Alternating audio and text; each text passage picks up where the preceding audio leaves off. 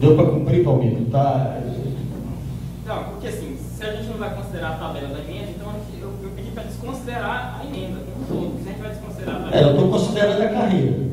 Tá? Porque assim, para considerar as formas de remuneração, porque o debate aqui é sobre forma de remuneração. Correto. Então a gente vai considerar duas formas de remuneração. Correto. Eu estou defendendo aqui uma forma de remuneração que você tenha... Eu quero saber o seguinte, a minha pergunta foi nesse sentido. A luta do sindicato sempre foi pela valorização do vencimento básico. Correto. Se você concorda. Correto. Qual das duas remunerações, qual das duas formas é melhor para a questão do vencimento básico? Saulo. Com relação à paridade entre ativo e inativo, qual das duas é melhor? Então, se vocês me permitem uma parte, colega, eu acho que faltou um pouquinho de esclarecimento para o colega sobre o nosso objetivo do debate.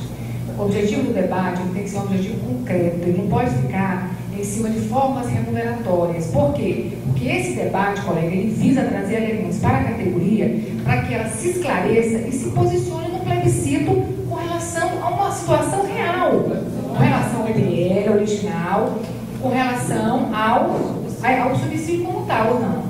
Ou então tem que incluir a outra proposta, então.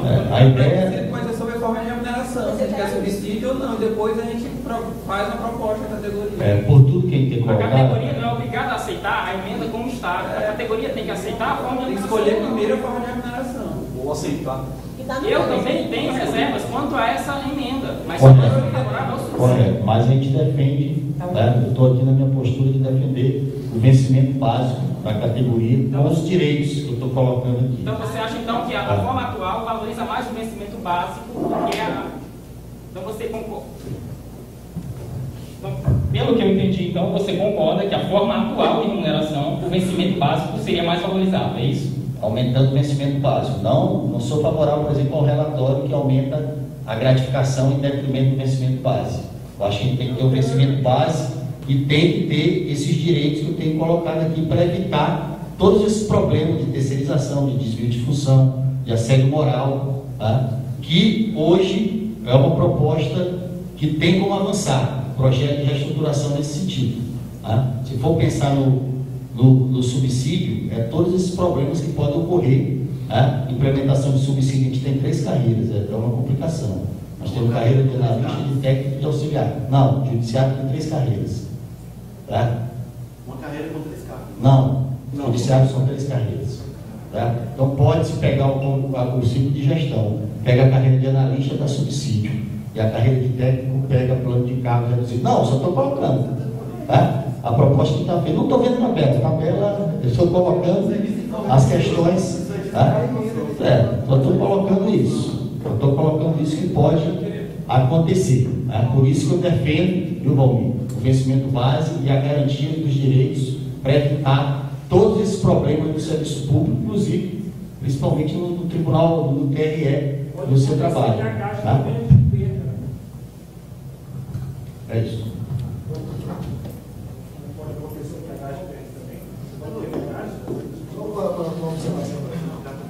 De respeito à sua preocupação da perda dos direitos, os direitos que você não se perde com o subsídio. Quem trabalha em ambiente insalubre, pelo fato de receber subsídio, não deixa de receber essa unidade. Quem trabalha em jornada extraordinária, ela afasta, estabelece um subsídio específico para o trabalho diário, mas quando ela fez esse subsídio, já incorporou dentro dela o valor que era pago antes. Certamente deve ser isso. Então, na verdade, o que acontece é você incorpora no subsídio, então tanto faz, já está incorporado. Quem trabalha em jornada extraordinária, também, a não ser que seja alguma previsão específica, deve estar prevista também. Porque a jornada extraordinária é algo excepcional. Agora, aquela pessoa que vai ser contratada para exercitar um trabalho que naturalmente é exercido da jornada noturna, aí o subsídio já veio fixado como jornada noturna. Foi assim que foi feito ou foi só dessa novidade? Não. Porque aí é só essa tabela. Então, essa tabela é superior ao valor pago do objetivo de crescimento básico e gratificações. É porque o adicional de saluridade, como ele está dentro do rol dos direitos sociais, é daqui do artigo 7, do artigo 7, que são repetidos no 39 de leis, todos aqueles direitos que recebem subsídio, se exercitam, podem fazer também.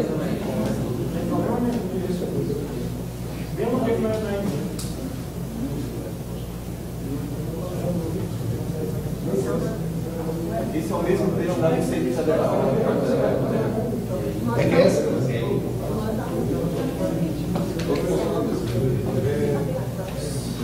A sua dança é um pouco mais complicada. Porque você já tem. Já, ao mesmo tempo, basicamente com algumas alterações na nossa carreira, do preço do subsídio da Receita Federal, da Polícia Federal. É o mesmo preço com algumas coisas para a nossa ajuste. Você botou uma briga enorme, porque quando você já tem isso feito em outras carreiras federais, vocês vão, se não for seguir, vai lutar contra a maré. É uma luta inglória. Mas tem alguns problemas, quando eu estou perguntando, depois eu explico mais ou menos rapidinho só para situar, porque às vezes vai dizer como é que você precisa.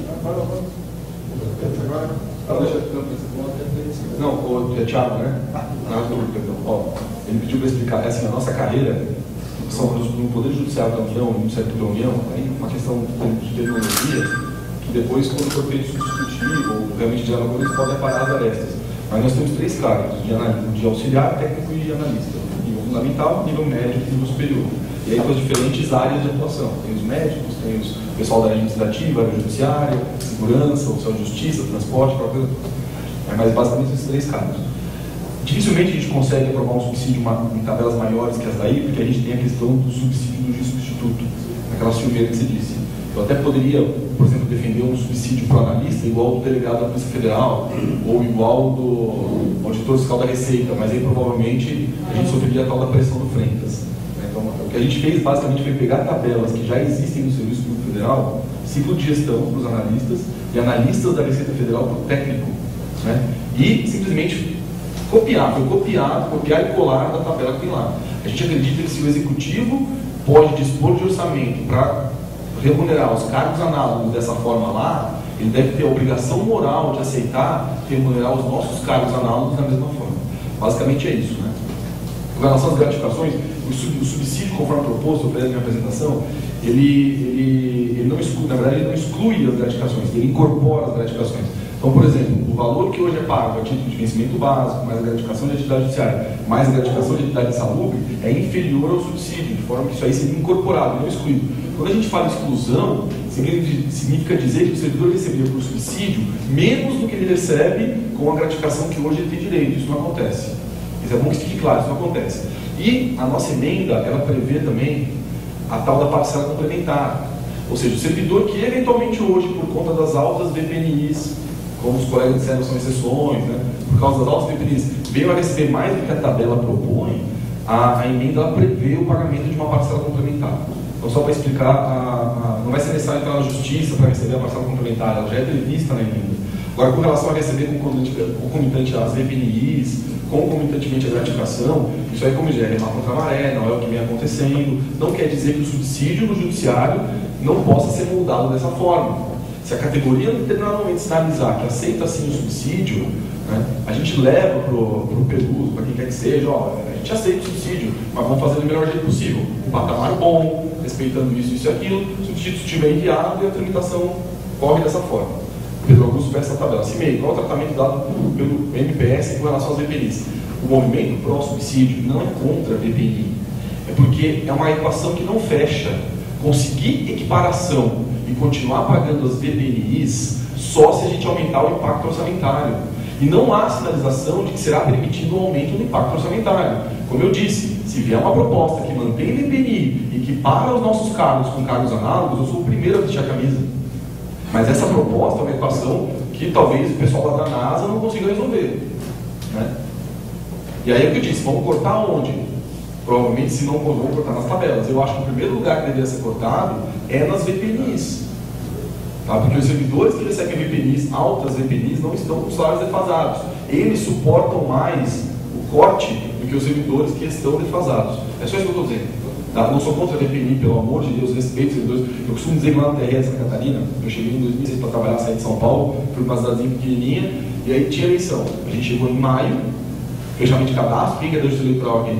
E depois em outubro, eleição. Vocês sabem como é que é o fechamento de cadastro, né? Sabe como é que é? Justamente dessa mesma forma comigo. Entre 2006 próximo também. Se não é o Cláudio Narra é um servidor lá do TRE de Santa Catarina, ele tem quase mais de 30 anos de pessoa que quer que ele aposente e ele não aposenta, né? E se não fosse ele, a eleição no turno, vou ser sincero, não tinha saído, cara. Eu sabia fazer eleição. Eu tinha votado 2 vezes por urna eletrônica na minha vida, eu mais ter visto por urna eletrônica, nem que era flashcard, né? E saiu por causa de um servidor antigo, na carreira, com muita experiência. Santa Catarina é um estado precursor nas urnas eletrônicas. Ele trabalhou no processo de criação da urna eletrônica, junto com o pessoal de Minas Gerais e tal. Se não é ele, não saía. Guardo profundo respeito, profunda admiração por servidores antigos. Só que na briga por equiparação, eu acho que o sacrifício não tem que ser na tabela. O ideal seria que não houvesse sacrifício algum, né? Mas é o impacto orçamentário que transborda, né? A gente não consegue colocar dentro do pote, né? Eduardo, desculpa, Eduardo, o pior argumento que existe é o argumento ad personam, sabe o que é isso? É o argumento da autoridade. Eu não posso dizer que a pessoa está certa ou errada, não posso dizer, isso aí, pessoal, quando a gente vai discutir marxismo, isso aí está errado, foi Marx que disse. Isso aí está certo, foi Marx que disse. Mas a gente sabe que você, o Saulo, são pessoas ligadas ao sindicato, você, mas foi. É oficial de justiça. Não, também não. Não é oficial de justiça. Tá, técnico judiciário, mas é uma pessoa ligada ao sindicato e defende a posição que o sindicato vem defendendo há 2 anos. Você disse assim, ó, mas a gente não pode ficar nessa vida, a gente tem que combater o argumento, né? Você disse assim, ó, vamos pegar uma coisa palpável. Poxa vida, um PL que está parado há 2 anos é palpável. Um PL que o deputado eleito para representar a categoria apresenta uma emenda modificando a forma modificando o aumento que se daria no vencimento básico para uma gratificação, esse PL é palpável. Né? Depois de criar o relatório, esse deputado busca o apoio e não há sinalização de que ninguém apoia o relatório dele. Sequer o pessoal faz greve, isso aí é palpável. Né, gente? Eu não sei, cada um tem que ter a sua opinião. Eu acho que isso não é palpável. Isso não é palpável. Esse PL 663 da forma original foi colocado de escanteio. Sequer o Peluso gosta dele. Se ele gostasse dele, estaria defendendo ele. Não está defendendo. Né? Agora você falou assim, pô, não vamos tratar como exceção aquelas pessoas que recebem, você falou técnica, se vocês viram na minha apresentação, a gente tem que prestar mais atenção. Eu falei assim, ó, recebendo até esse valor. Eu não disse, o pessoal receberá esse valor. Eu disse recebendo até esse valor. E aí o espectro de remuneração, foi o que eu quis dizer, o espectro ele é muito grande. Eu perguntei assim, ó, quanto ganha um técnico? Vocês sabem? A gente sabe inicial, o final a gente não sabe. Ganha até 28.898. E eu te convido, e aos demais colegas, a navegar pela resolução 102 do CNJ e encontrar os valores. Eles são muito mais frequentes do que, não só a maioria, mas eles são muito mais frequentes do que a gente pode imaginar. No Tribunal de Justiça do Distrito Federal e Territórios, se o PL 6613 for aprovado, 107 analistas receberão mais do que o ministro Peluso. Aí a gente vai entrar na questão da bate-teto. Tem? Não tem? Vou conseguir uma liminar? Não vou? Mas 107 servidores vão ultrapassar o teto do funcionalismo público brasileiro. Alguém acha que esse PL é palpável ainda assim? Isso só no TJ do DF do Distrito Federal. E nos outros tribunais? Convido os colegas a darem uma olhada. Eu publiquei ali os valores com servidores que ficariam sem reajuste. 10%, 9%, 8%. Na Receita Federal, o valor foi de 9%. No Banco Central, a proporção foi de 12%. Os procuradores do Banco Central, 12%. Agora aqui, ó, o colega falou o que é mais interessante para valorizar o vencimento básico. Poxa, gente, o subsídio é um grande vencimento básico. Né? O que é melhor para valorizar o vencimento básico? Um grande vencimento básico ou uma remuneração que a gente não consegue dizer quanto ganha um técnico? E aí ninguém quer dar aumento no vencimento básico. Porque senão gira aquele efeito que a gente não sabe o que vai acontecer. Qual é o impacto do PL 6613? Ninguém sabe. O MPOG, a gente tem contatos lá no MPOG, eles não conseguem calcular. Porque eles não sabem como é que são as tais revenis, quais estão atrelados ao vencimento básico, quais não estão. Valmir, grupos de interesse, né, aquela coisa toda. Qual que é melhor para a carreira? É só a gente olhar quais carreiras recebem por subsídio, quais recebem por gratificação de desempenho e quais recebem da forma que a gente recebe hoje. Quais estão mais valorizadas? A minha opinião é que são as que recebem por subsídio. Aí cada um tira a sua opinião. Né? E com relação à aposentadoria, o subsídio impede a criação de uma gratificação vinculada à produtividade. Então eu acho que essa questão não precisa nem adentrar muito a fundo. Né? Sobre fugir da emenda, o colega quer fugir da emenda. Eu acho assim, a gente tem 2 formas de discutir o subsídio em si, e aí não dá para dizer se o subsídio em si é bom ou ruim. O subsídio é só mais uma forma de remuneração. A gratificação de desempenho é boa ou ruim? Depende. O subsídio é bom ou ruim? Depende. A forma atual pela qual a gente recebe é boa ou ruim? Depende. O subsídio dos patamares